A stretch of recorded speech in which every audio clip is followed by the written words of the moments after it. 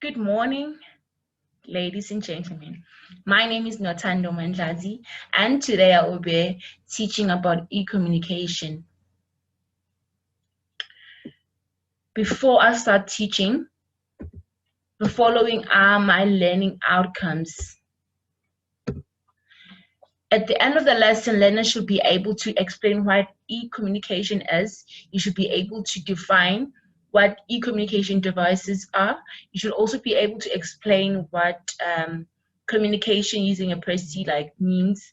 You should also be able to identify and understand the different applications that are used to facilitate e-communications. You should also be able to list and explain the different forms of communication and the taxonomy of email addresses. What is e-communication? E-communication is where we communicate via a network by means of electronic devices, where we will be sharing text, sound, graphics. Graphics, we mean like pictures, and something like that and your videos.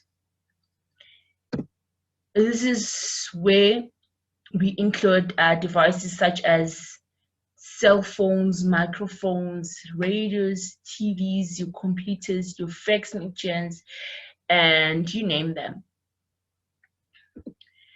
Okay, there's e-communication using a PC. This is where we send and receive data in forms of text, sound, graphical, and video, and using the devices such as PC, laptops, smartphones, and tablets.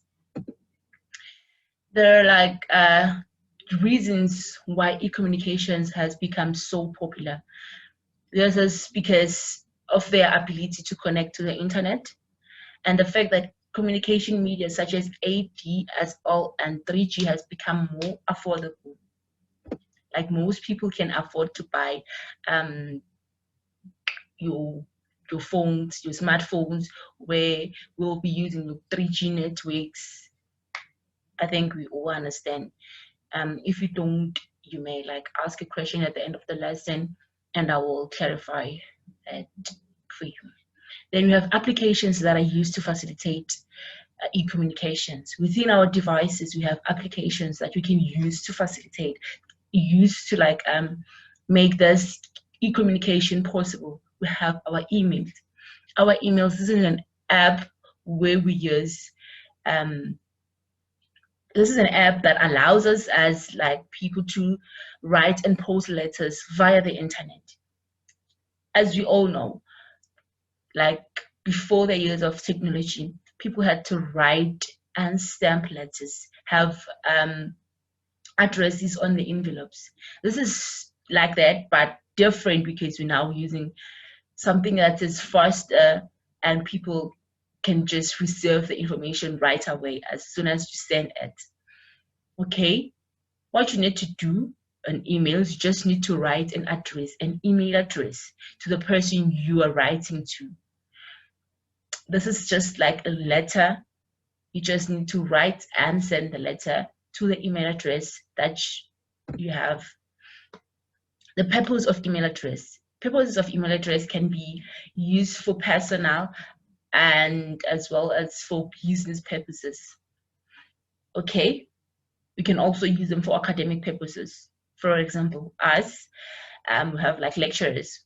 So if our lecturer needs to communicate with us, a class of 300, she needs to have addresses, compiled a mailing list where you can just write one letter and send it to different people, the different learners in her class at once without writing to one by one. Yes, because that will take a lot of time. So mailing has made things easier for us, that it's easy to use. Okay, you can use emails to communicate with friends and families. You can share photos, documents, videos as part of an attachment to an email. We can also exchange documentation and information for business or academic purposes. And you can also discuss issues and interest with other people that's following a forum.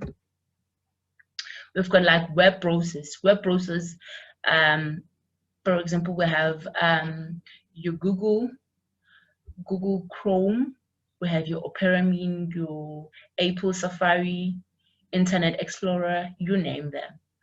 So for you to like become a member of a social communication website, you have to sign up. Your Google Chrome, your web browser allows you to sign in for a social communication website, such as Facebook. You need to sign in, okay? Then most websites provide facilities for communication. Email and Twitter facilities built into the website. There are links to social websites. Then you have instant messaging, IM. This is an application that allows you to write messages to other network users. Most computer operating systems have built-in instant messaging applications. Where instant messaging, the participants in an online chat usually communicate by means of typing a text to like one another. And most messaging apps allow graphical, sound, and video data to be attached to the message. With instant messaging, it takes time and real time. What I mean by real time is that it happens right now, as I'm just saying, okay, I'm texting now. You receive this right now. The other person will see you as you typing something, like as you are typing it, then the other person is singing, okay, this person is typing, okay, I will receive a message in like a minute or two, something like that. And you can only chat to a person who is on your friend list, someone who is your friend. We have examples of your instant messaging apps, which is your WhatsApp. I think we are all used to WhatsApp, your Facebook, your Instagram, your WeChat, your Twitter, you name them. Then we have text messaging, SMSs. Before we like evolved to this WhatsApp thingy, we like started from SMSs, sending SMSs, short messages, so short message savers, where you're just texting via a cell phone. I'll just write, hey, please let me know when you come back. Then that's it. When the person says that, like, he or she will respond that time. We have MMS, known as multimedia message savers. This allows communication of text, graphical data, biographical data, menu photos, sound, and videos.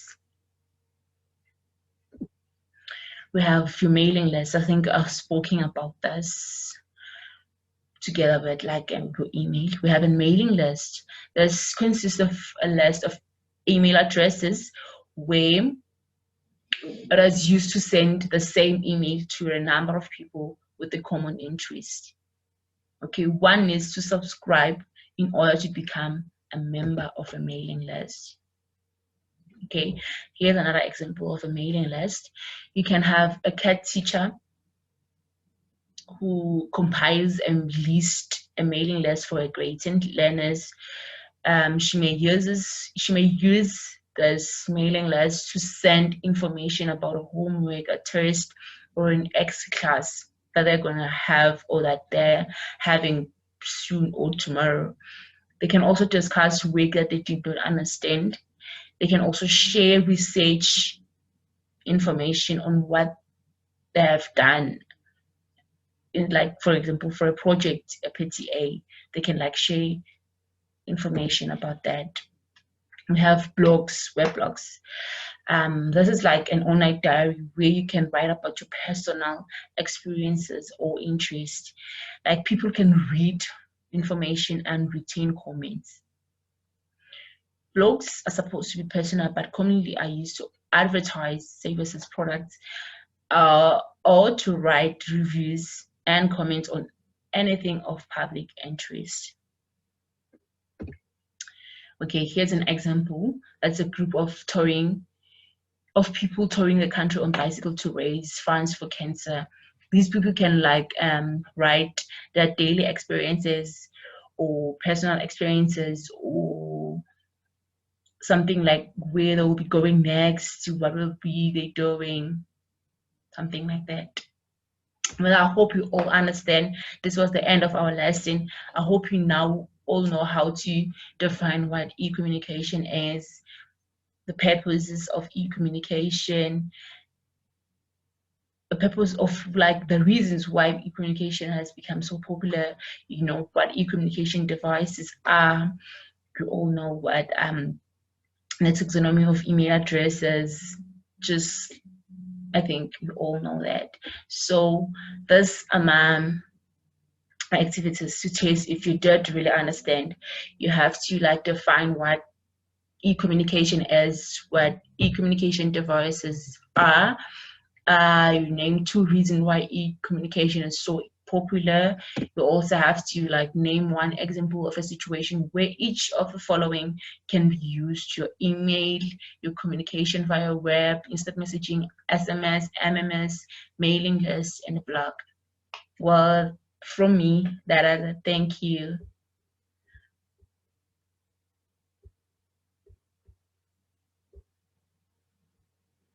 Thank you.